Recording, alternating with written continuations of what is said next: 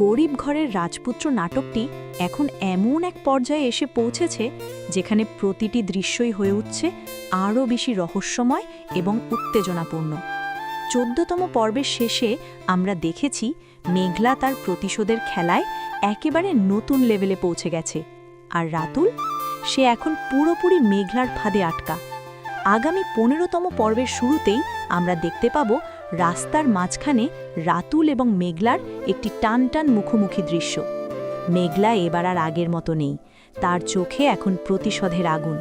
সে স্পষ্টভাবে জানিয়ে দেবে এই এলাকায় এখন তারই নিয়ন্ত্রণ, আর রাতুলকে বাধ্য করবে নিজের অহংকার ভেঙে পেছনে যেতে।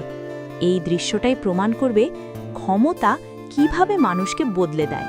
এরপর গল্প মোড় নেবে আরও ভয়ঙ্কর দিকে। মেঘলা গোপনে পরিকল্পনা করছে কিভাবে রাতুলকে পুরোপুরি ধ্বংস করা যায়।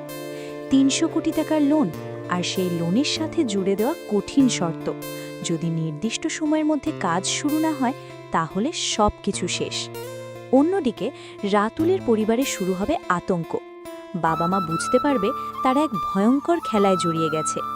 বাড়ি, গাড়ি, সম্মান সব কিছু হারানোর ভয় তাদের গ্রাস করবে। আর রাতুল তখন বুঝতে পারবে সে আসলে কত বড় ভুল করেছে। ঠিক তখনই আসবে আরেকটি বড় টুইস্ট। অনেক ফিরে আসবে মেঘলার জীবনে। সে এবার ভালোবাসার কথা বলবে, নিজের ভুল স্বীকার করবে এবং আবার মেঘলাকে ফিরে পেতে চাইবে। কিন্তু মেঘলা কি এত সহজে তাকে ক্ষমা করবে? না, সে ঠান্ডা মাথায় ডিভোর্স পেপারে সাইন করে। সবশেষে আসবে সবচেয়ে ইমোশনাল এবং শক্তিশালী দৃশ্য। রাতুল এবং তার পরিবার মেঘলার কাছে ক্ষমা চাইতে বাধ্য হবে, কিন্তু মেঘলা সে তাদের অতীতের অপমান মনে করিয়ে দিয়ে একেবারে শেষ কথা জানিয়ে দেবে, সময় শেষ। এখন প্রশ্ন হল, মেঘলা কি সত্যিই প্রতিশোধ পূর্ণ করবে, নাকি গল্পে আসবে নতুন কোনো চমক? পর্ব কবে আসবে? সাধারণত এই নাটকের নতুন পর্ব প্রকাশ করা হয় প্রতি শুক্রবার বা শনিবার রাত ৮টায়। তাই খুব সম্ভবত EP15 আমরা দেখতে পাব আগামী সপ্তাহের শেষেই।